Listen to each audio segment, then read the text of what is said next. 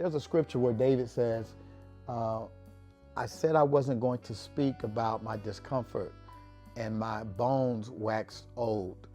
When it is that you do not address the trauma that is in your heart, whether it happened before you got married or during your marriage, that stuff that you carry in your heart, by armoring, by holding it, by hiding it, it can lead to physical sickness. So that's why some people have high blood pressure.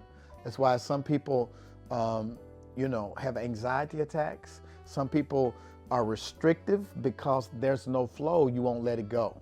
So your heart has to be in it.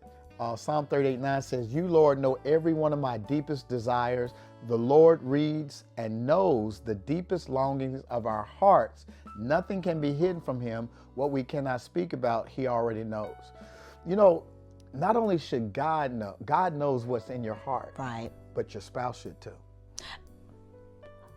Definitely, your spouse should know. But there are times that you, women and men, don't know. They may have a symptom, but they don't know what the cause is. And so if you don't know what that cause is, you cannot articulate it to your spouse and then expect empathy from your spouse when you are able to describe it to them. I love what you just said. I think it's important, like when you're making love, right?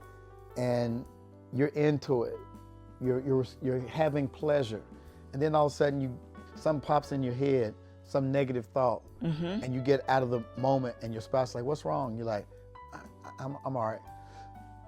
You have to be honest with yourself and ask yourself, why am I having a hard time experiencing pleasure? I should be enraptured right now. I should be getting close to an orgasm. It's like somebody hitting the DJ booth and the record skips. And you're like, wait a minute, why am I thinking about this now?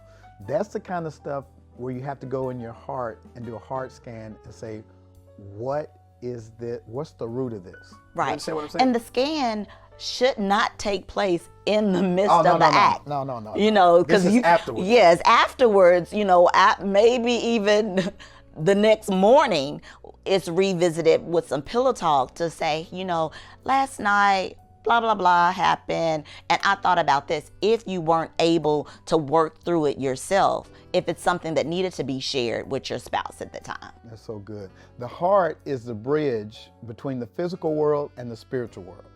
The heart connects our erotic nature with our higher nature. And if the heart is not in a good place, it can block the flow of eroticism.